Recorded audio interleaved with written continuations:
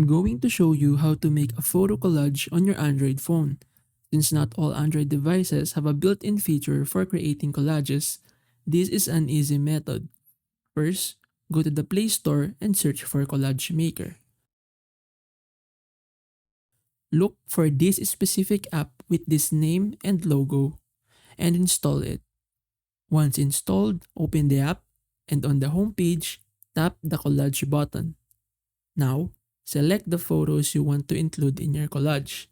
You can pick up to 100 photos. After selecting, tap Next. The app will show you several preset layouts to choose from, and you can adjust the aspect ratio, margins, and borders.